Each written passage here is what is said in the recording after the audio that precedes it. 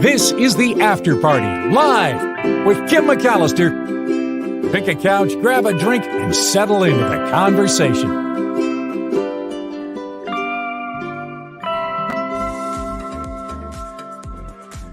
Aloha Friday. Hello, everybody. I got my PG&E blanket.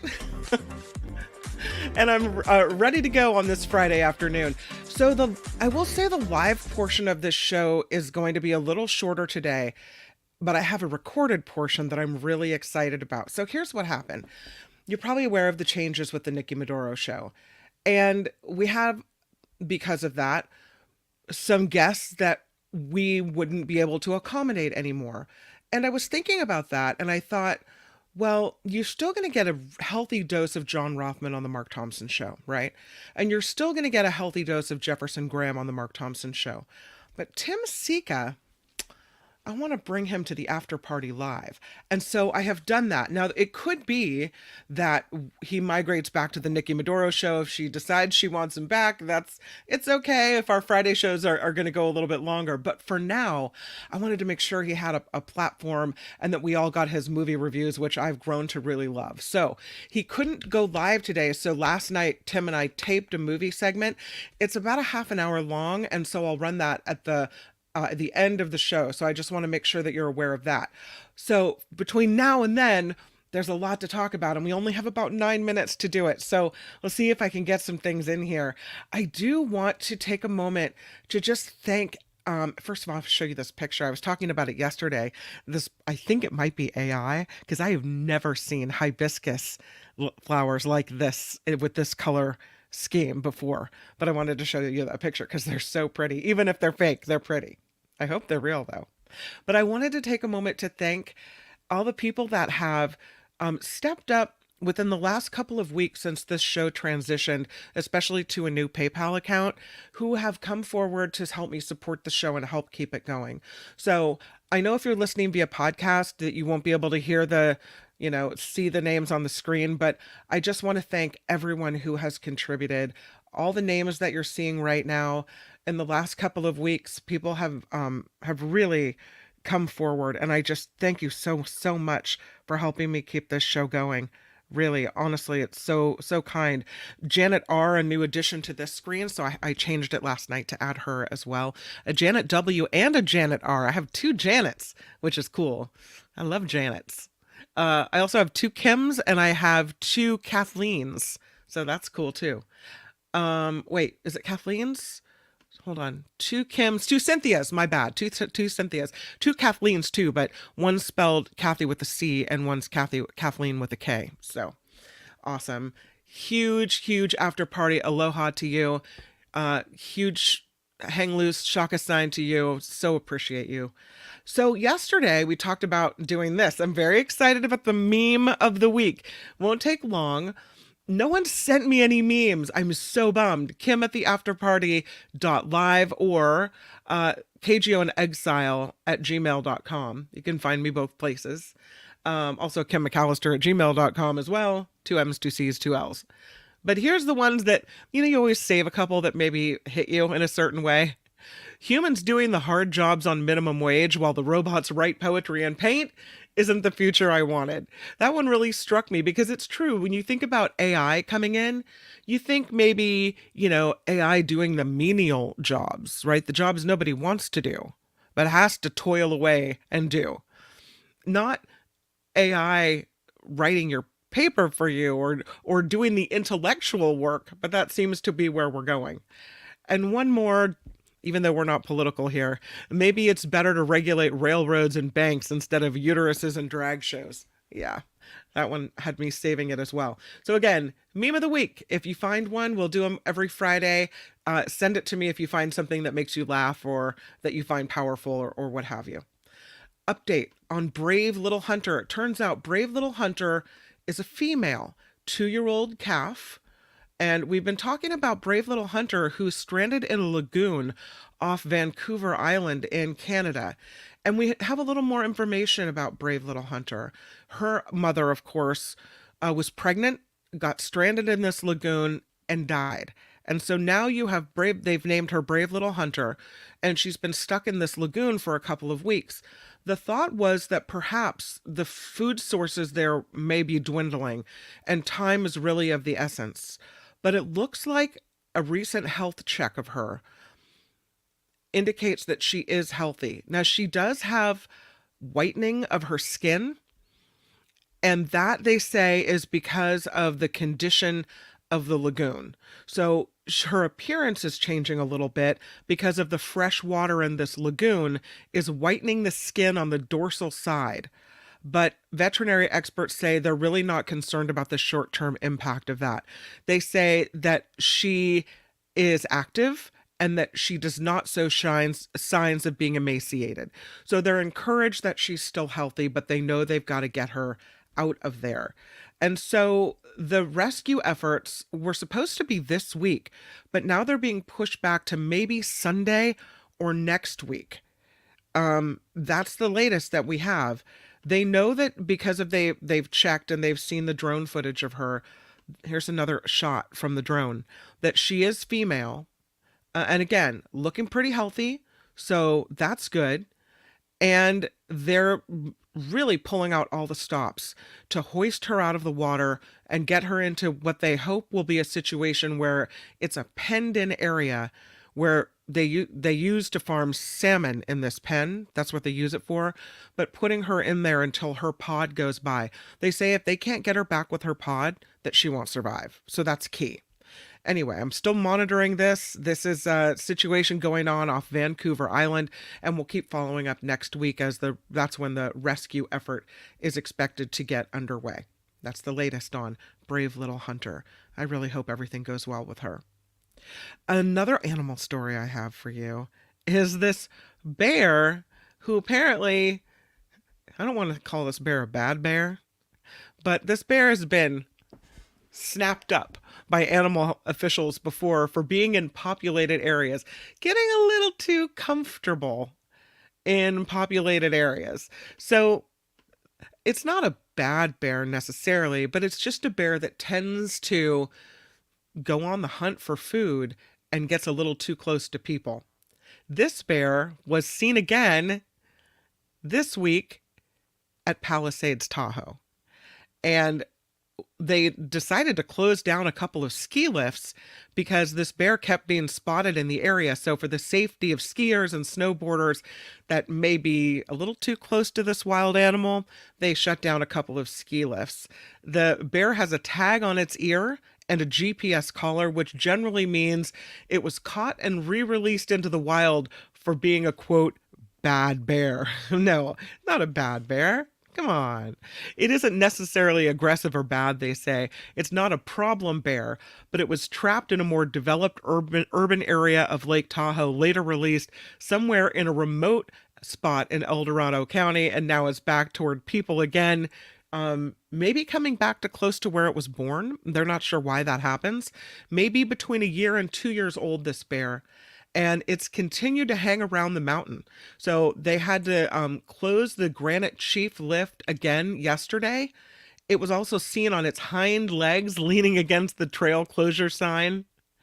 It's they're trying to create negative human bear interaction. What they call it is hazing the bear. So they're sending biologists to do this so that it gets the message that it can't be where people are. That could mean paintball guns, making noise, chasing it. You hate to see an animal cause stress, but really better than the alternative, because if it keeps coming back near where people are, there's a chance that it might not survive that interaction, right? So give it an unfriendly experience and it goes back somewhere where people are not. So yeah, as the snow melts, the black bears in the Sierra are waking from their winter slumber. So they think sightings like this are going to increase. They're waking up, they're getting more active, they're out, they're looking for food. So time to look out for bears if you're in the Sierra. Did you hear about this chimney cat? This is a cute little kitty. Apparently had a bit of a problem, this chimney cat. It fled from its owner's vacuum cleaner. You know, sometimes animals get freaked out by the sound of vacuum cleaners. And it spent 2 days trapped in the chimney of these people's homes. And that was my son coming in. Hello. And so fire crews were called out after 2 days. This cat named Oreo wasn't coming back down, and the owner started getting really worried. And so they called the firefighters, and they come out. They take about 3 hours to get him out and then reunite Oreo with the owner. They're thankful to the owners are thankful to the firefighters. They say, firefighters love animals too. We are ready and willing and able to assist distressed or injured animals. The last thing we want is for people to put themselves at risk rescuing an animal themselves. We do encourage people, they say, to call the RSPCA the first instance and will assist if our special equipment is required, as it was in this case. So again, this happened in London, and Oreo is safe and he's back with his people. Thank you to Janet R. for the sponsorship this week of animals. Much, much appreciated. Okay, I now have the privilege, the honest privilege of being able to bring Tim Sika to the After Party Live. And this is sponsored by Robin. So the movies with Tim Sika, sponsored by Robin this week. Huge thank you to everyone again who has taken time to sponsor the show. And I do hope you enjoy this special presentation of Tim Sika live, or not live, recorded at the After Party Live. It is time for the After Party Live at the movies with Tim Sika, and I'm so excited to welcome Tim in his debut with the After Party Live. One of the things about changing things up with the Nikki Maduro show is I was thinking that our guests like John Rothman and Jefferson Graham still have a home and a voice with Mark Thompson.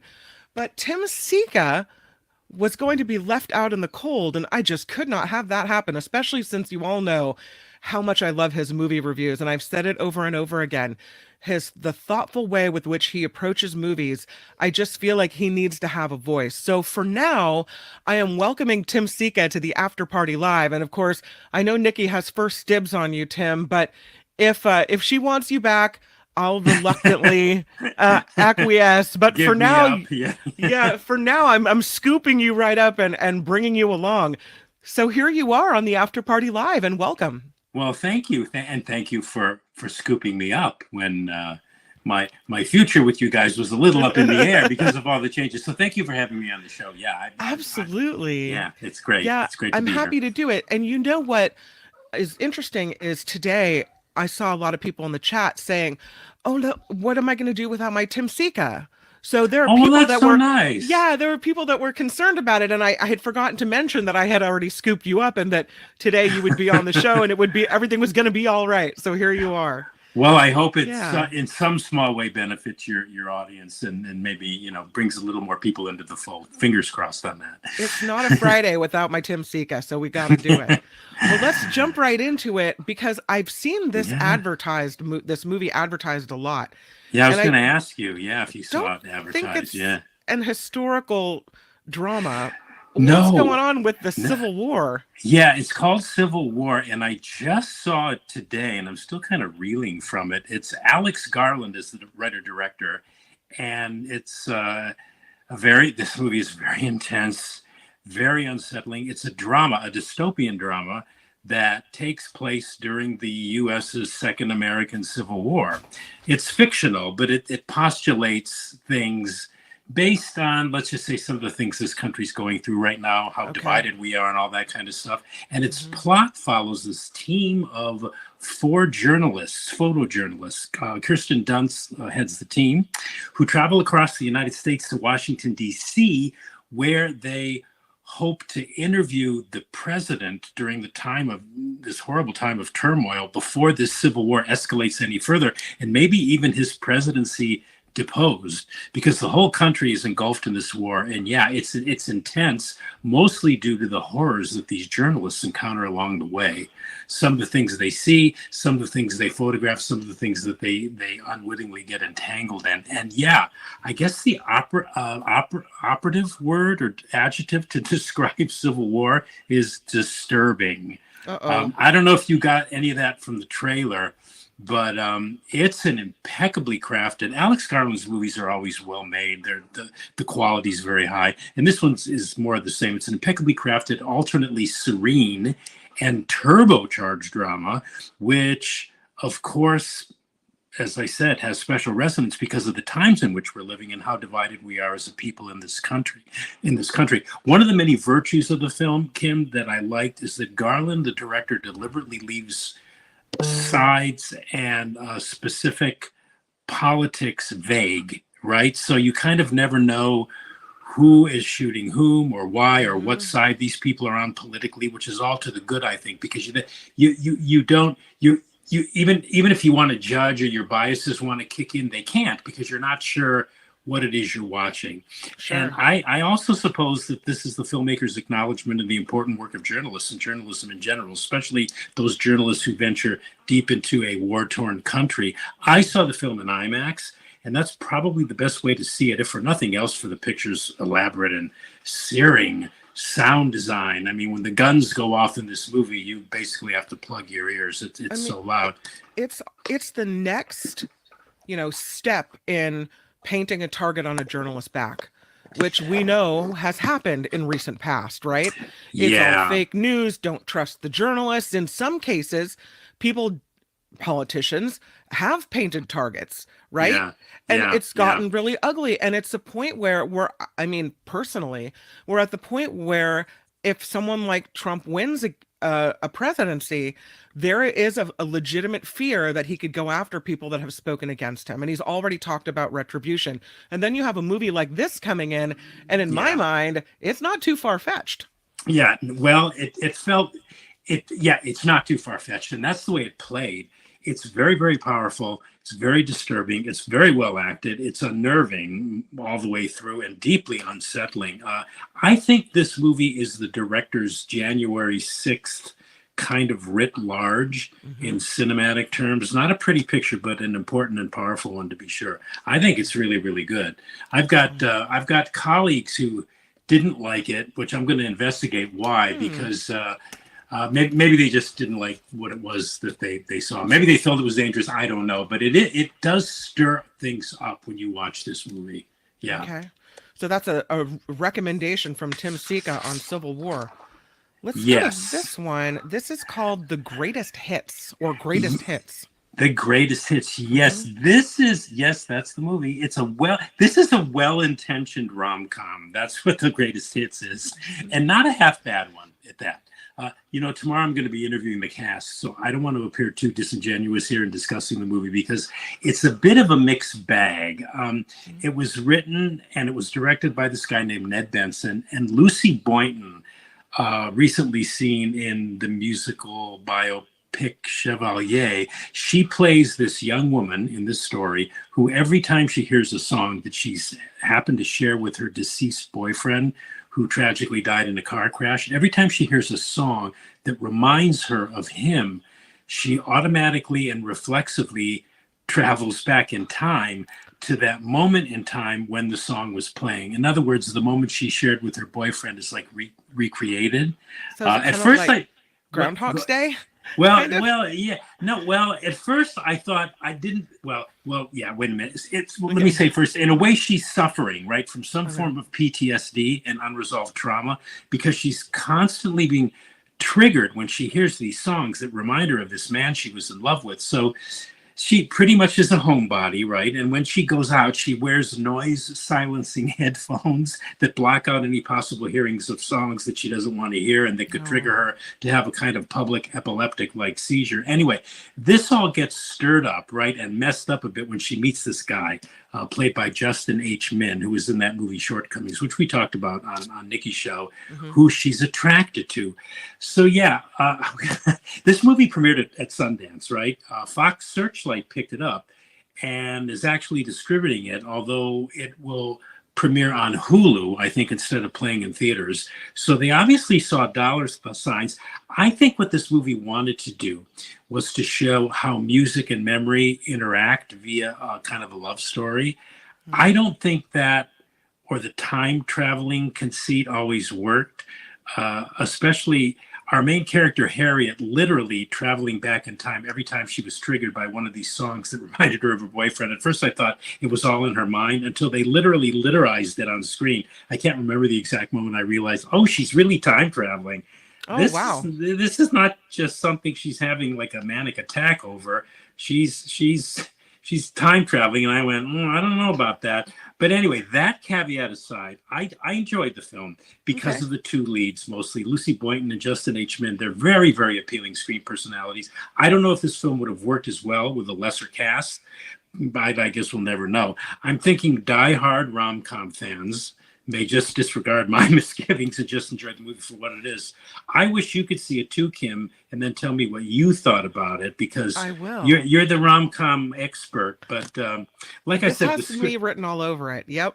It does. And I think if I had to guess, I'd say, yeah, you might think some of it's a little eye-rolling, but the emotion of it, I think, in the end works. And like I said, the script at times, the time travel conceit was a bit hard to swallow, but I did love the actors. So, I'm recommending the greatest hits, even though there's not a lot of songs that I recognized in this. And I'm wondering if it's because they chinsed out and maybe couldn't get the rights for like some more better known pop hits. But it was, I think it's it was a swing and maybe a bunt, not a miss, but not a one bagger either. Is it a movie theater movie, or no? It says Hulu. It's coming out Hulu. on Hulu. Yeah, it's coming out on Hulu. Yeah, Fox Searchlight picked it up from Sundance. Yeah, and it's not going to play in theaters. It's going to go directly to Hulu. So cool. Yeah, let's talk about the Beast movie. The Beast, yeah, another romantic movie. There's lots of romantic movies. Is it? We're going to be talking about. It sounds like The Exorcist or something. I don't know. Yeah, doesn't it? Yeah, this one is a romantic drama, a rom-dram. I don't know if that's a thing. Not a rom-com. I guess I call it a rom-dram. Oh my gosh, you just coined a new phrase. It's a rom-dram. I think I did a rom-dram. Anyway, and also in its own way, another time traveling one, because it skips from period Paris 1910 to modern day 2014 to a future run by AI in 2044. And it's called The Beast. I think Carl Jung could have written the script for this one, but it was actually written and directed by a French filmmaker, Bertrand Bonello. And I suppose it's best described as a science fiction romantic drama. It's based on a Henry James novella called The Beast in the Jungle, which I happened to read in college. And the main theme of that novella has been pretty much carried over to this movie, The Beast, which is that the main character in the novella, it was a guy, but in the movie, it's the woman who has this belief, this nagging belief that her life is somehow going to be defined by something horrible that's going to happen to her, something catastrophic or spectacular event. How'd you like to carry that around? Yeah, exactly. Laying in wait for her, right? That has something to do with either her death or the death of somebody close to her. So that's pretty intense, and that's the main theme of The Beast. But clearly, the screenplay veers off into very different plot lines. The woman in this story, her name is Gabrielle, and she's played here by Léa Seydoux, really wonderful French actress. The movie takes place, as I mentioned, in three timelines: 1910, 2014, and 2044, where the story actually begins. It begins in the future, and the story goes back and forth in time, but it's 2044. AI is in full swing, and our protagonist, that lady in the picture there, decides to purge herself of all emotions. You know, we're living in 2044, and I guess emotions are kind of frowned upon. So she agrees. Spock? Yeah. So she agreed. Yeah, I know, right? So she agrees to have her DNA purified to rid herself of all of her strong feelings. But then she meets this guy, played by George Mackay, who she feels she's known before, strangely, maybe in past lives, and with whom she shares this very, very powerful connection. So she gets confused. So that's the premise. And this is, I would say, so far one of the best movies I've seen this year. There's Wow. lots kicking around in the story, lots of mystical and scientific hintings at in terms of like what's going on in the mind of this woman. The cast is great. Sadu and Mackay are great. It's a long film. It's well over 2.5 hours, but it's a fascinating one. And one of those movies, Kim, this reminded me of the kind that they used to make in America and internationally, like in the late 60s and 70s, when movies held a much more prominent cultural sway than they do today. It was one of those movies people would go to the theater to see, and then afterwards go out for coffee and talk for hours about the meaning of what it was they just saw. That's what this kind of movie reminded me of. Oh, and this is a bit of fun trivia. The movie ends with a QR code that encodes a link to a video that has the end credits that you can watch on your computer or laptop or mobile device, which is in keeping with the futuristic aspects of the story. And there's an Easter egg there too in the credits, so it's fun to check that out when the movie, when you think the end credits are going to come on, you get this QR code instead. But yeah, this is one of the very best movies of the year so far. Very compelling, very, very compelling. That's so interesting because I think my personal thought is that it's disrespectful to get up before the credits are done rolling. I always stay seated. Yeah. I always give respect to the people that are, and I always watch the credits. Yeah, so do I. Yeah, so that's a very cineasty thing to do. I know. I'm That's impressed probably the only that thing I do that's that No. way. But I've always been taught it's like leaving a play before the curtain call, right? It's all these people that have put their time and their effort and their lives into making this movie, because this artistic effort, it's blood, sweat, and tears, So I always want to give credit where credit is due. But a lot of people get up and they walk out of the theater. If they give you a QR code and you, for some reason, you have to use the facilities or you've got to get on the move, it's nice to know that you can actually watch those credits and still do that even if you've left the theater. That's cool. Right. I like it. Yeah, and there's also a little like Easter egg in there too that's part of the plot that's an interesting thing to get in addition to. They also may have done, obviously they did it for thematic reasons in keeping with the like futuristic AI theme of the film, but I also think that maybe they also did it because I think the end credits go for like 6 or 7 minutes and the movie was already 2.5 hours. Maybe they wanted to be mindful of the audience. But yeah, don't you hate it in live theater when the curtain goes up and people are taking their bows and people are like, is trying to get out and get past people and run out of the. I hate that. It's like the plane just landed. Yeah, exactly. I don't like that. No. Yeah, I don't either. So anyway, so that's The Beast. It's a really good movie. I recommend it. Okay, let's go to this one. This is La Chimera. Yeah, I guess La Chimera. I think it's Italian. I'm not even sure exactly what it means. It had different meanings. And anyway, a chimera was like some type of form of change, like a creature that changes shape or something. That's one of the meanings. And then there's another meaning too about something that you're sort of like going after because you think it's going to bring you happiness, kind of thing. But that you're right. That's they actually have some pictures illustrating what you just said. But this is an Italian movie with English subtitles, but there's also some English spoken scattered about. And it's weird because Neon, the distributor for this movie, is marketing this as a period romantic drama. IMDb says it's an adventure comedy fantasy, all of which probably, this is going to be a weird review, but all of this probably has something to do with the fact that not only did I not get this movie, but am completely in the dark as to why it's been so critically acclaimed. So then I went, after I looked at all that, and so I went to the review, something I never do before I file my own. And I was really incapable of seeing what the critics who were raving about this movie were seeing. It's the story of a guy played by Josh O'Connor, who's in The Crown. He plays Edward, Prince of Wales in The Crown. But he plays this guy. He's just out of prison, I think. He's a former archaeological scholar.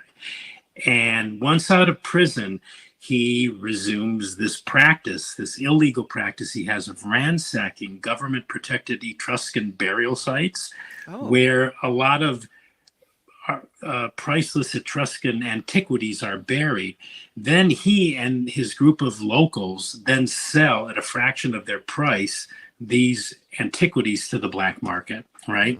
And that's this movie in competition for the Palme d'Or at the Cannes Film Festival. National Board of Review cited it as one of the top 5 international films of 2023. A Metacritic score of 90 it got, which is super high. It got 13 David Donatello Award nominations, and it got an 8 out of 10 Rotten Tomatoes score. So if any of that entices you to see this movie, which it would me, right? And so it should it, you might want to check it out. But I just didn't get it. I watched it twice, and still, based on the buzz, was kind of underwhelmed, to say the least. I didn't know what this movie was going for.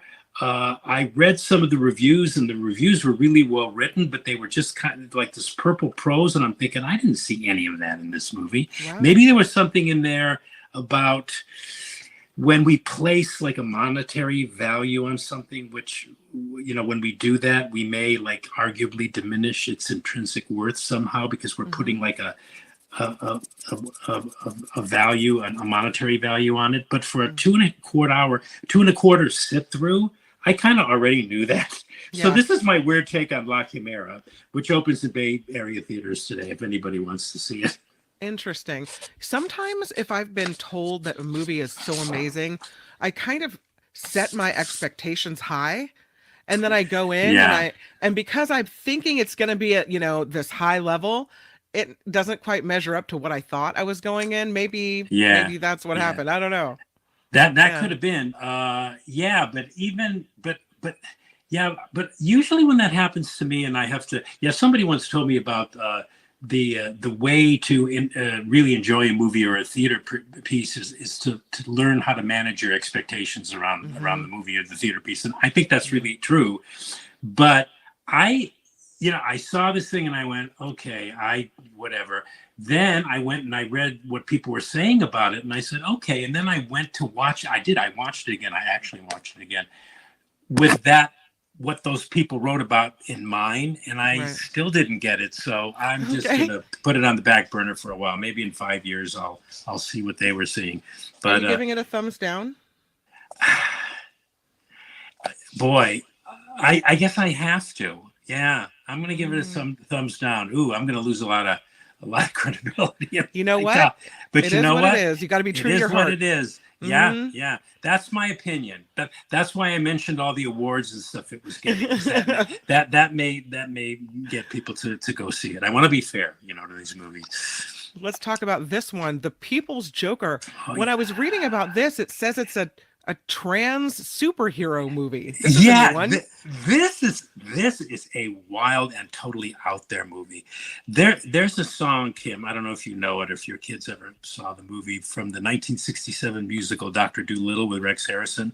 It's a song sung by Blossom, the circus owner, played by Richard Attenborough, when he sees a Push Me Pull You for the first time, called I've Never Seen Anything Like It in My Life. That's the name of the song. That's The People's Joker, best described as an anti-comedy and a DC superhero parody movie with a transgender narrative, written, directed, and starring Vera Drew, a transgender woman who's worked in TV for the last 15 years or so, professional television person.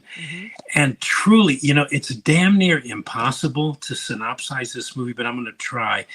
Drew plays this law-breaking comedian in a dystopian world monitored by Batman, who's grappling with her gender identity. That's basically what this movie is about. So if that sounds like something that tickles your fancy, this is a movie for you.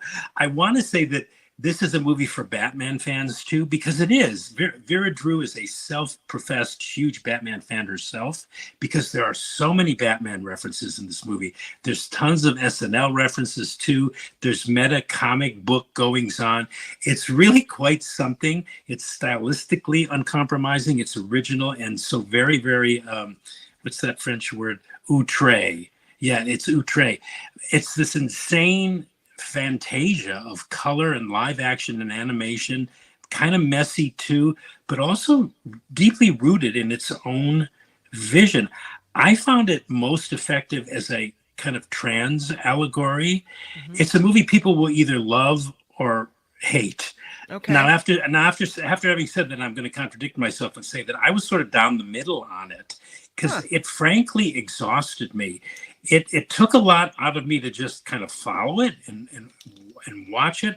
It overwhelmed me actually, but I'm not sure in a way that would make me necessarily want to see it again to see what I might have missed, because it Right. was really it was all over the place. And it was like, one second I was dazzled, and the next second I'm going, what the hell am I watching?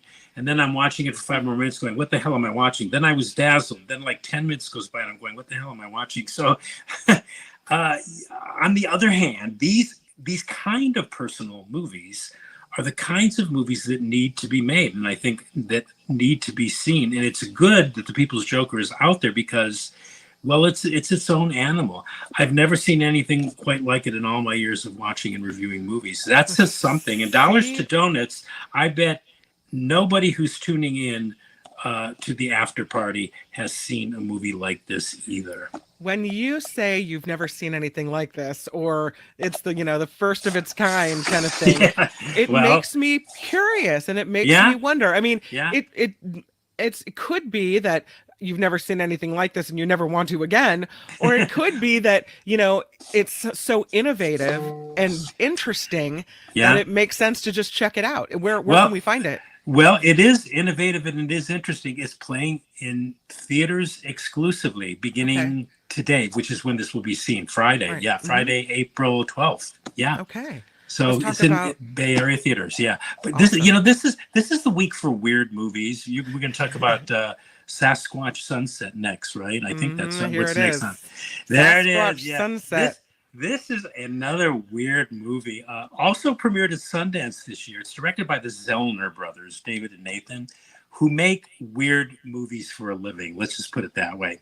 But this one, okay, this one is about a family of 4. Yeah, there they are in the poster, Bigfoots, who we follow for an entire year as they live out their existence, I think somewhere in the Pacific Northwest. They're nameless, but the family consists of a mom and a dad and their son and an elder Sasquatch. I'm assuming it's the father of either the mom or the dad, the grandfather, okay? 4 of them.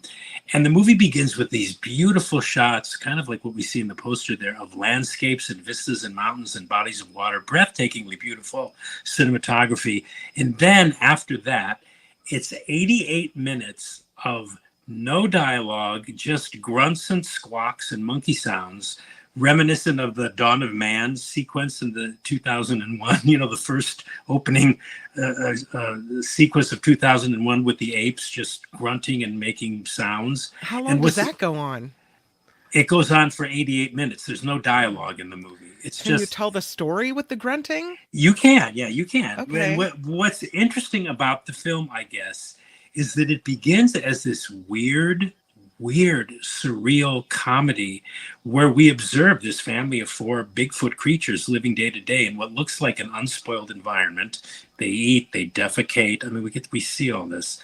Vomit, have sex, masturbate. A lot of it is pretty disgusting, but it's kind of funny. I guess they're out there living their best lives. Yeah, they really are. But then it gradually, slowly turns serious, a bit tragic. And those critics who are really liking this movie a lot are saying that it's poignant, actually poignant. And this is another movie I'm 2 minds about, like The People's Joker. It's a weird movie. There are a couple of affecting moments, but the humor is a kind of one joke premise stuff. And it's gimmicky on the whole. For one, it's gimmicky to put known actors, in this case, The Social Network's Jesse Eisenberg and The Good Doctor's Riley Keough, in monkey suits, totally unrecognizable and clearly used here to bring some extra cachet to the project. But so given how totally buried in Sasquatch hair and costume these roles require, anybody could have played these roles. So it's like, why are you putting movie actors that we know in them when we don't even know until the end credits that they're even in. It's dumb. It was just Yeah. really dumb. Anyway, summing up, it's a weird movie. If you like weird movies, it's a movie you definitely have to be in the mood for. But it's thoughtful runtime. It felt longer than 88 minutes, but thank God it was only 88 minutes. But it's thoughtful runtime. Its willingness to try something new and different, and the fact that it's an environmental indictment of how humanity's destroying nature, and I've been in that camp solidly since the 70s. I have to recommend it just because it's so different and it's so weird. Oh, and there's a great score here too, composed by this group called the Octopus Project. Yeah, the Octopus Project. So it's mostly, it's all sound design, no dialogue, lots of music, and the Sasquatch communicate in squawks, grunts, and monkey sounds. So I guess It's a very if it wins the Oscar for best sound design, right? Yes, Yeah. it could be nominated, or maybe Yeah. even makeup. I mean, because the Sasquatch look very realistic. Yeah. Wow. And it makes a comment too about the environment. It's pretty on the nose, because what the Sasquatch start to notice is like evidence of humans. But we never see any humans in this movie. We just see what they've left over at their campsite, or we see a trap here and there. And there are some moments that are affecting in a dramatic kind of way. But it's definitely, if it's anything, it's a kind of a surreal comedy. But it's so weird. Again, it's another one of those. I don't think I've ever seen a movie like this before, although it doesn't really outdo the People's Joker in that regard, but it's still up there. It's still up there. But, if it sounds interesting, check it out. Last one we've got today is Arcadian. Yeah, this last film here on our list was a total surprise to me in that it was Nicolas Cage, is that? Yeah, Okay. yeah. It's being advertised as a Nicolas Cage thriller, and Cage is in it, and he's good. But it's more of a horror film than a thriller, and it's really more a story of two brothers. So in the movie, Cage plays the father of two teenage boys who are living in this post-apocalyptic world. Boy, so many movies have this as a theme, running topic, these post-apocalyptic environments. Anyway, the three of them, Cage and his two sons, played by Jaden Martell and Lost in Space's Maxwell Jenkins, they're living in this post-apocalyptic world that's safe. It's safe by day, but by night it's hellish, because these really ferocious monster creatures come out and look for ways to get in people's homes and into their spaces, right? No, thank you. Yeah, and this is I thought this was going to be lame, really. I thought, what is going to be new about this? It's just, but it's a very tight, very skillful, and emotional too, little indie horror drama about family and sibling love that offers hope, but the hope that it offers is realistic. It's not pie in the sky, and it's not like, oh, let's just put a happy ending on this. It's a realistically hopeful drama. And also, you'd think there was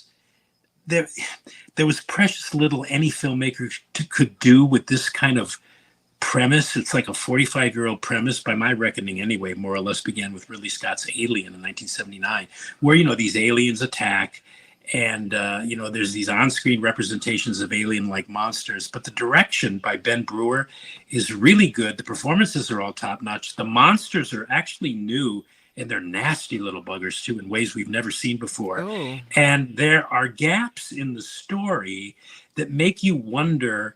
We're told, though, that these creatures were brought about, people believed anyway, were brought about by the pollution humanity caused to the planet. But we never really learn about Cage's wife or the mother of the boys, or how they were born.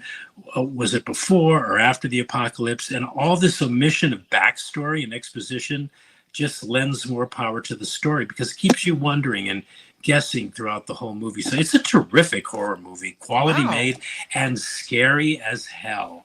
Oh, wow. Okay. Yeah. Sounds like a full-on Nicky Maduro movie is what it sounds like. Yeah, it does. Yeah, that's Nikki's movie for the week, and yours is the greatest hits. That's the one for Kim McAllister. So we'll back it up. You say Civil War is a yes. You really enjoyed this movie. Yeah. You give it a thumbs up. The greatest hits, you said it's a rom-drom. a sci-fi rom-dram. Well, no, this is the rom-com. The rom-dram is the beast. Oh, it's the wrong. Oh, yeah. But you enjoyed it. You said I like this one. Yeah. Yeah. It's the time travel one. The time travel part right. I wasn't so sure about, but yeah, it was fun. The cast was great. This is the rom-dram. This is the rom-dram. Yeah. And you said that was one of the best movies you've seen this year so far. Yeah, pretty much. Yep. So you couldn't get behind this one, no matter how good the other reviews are.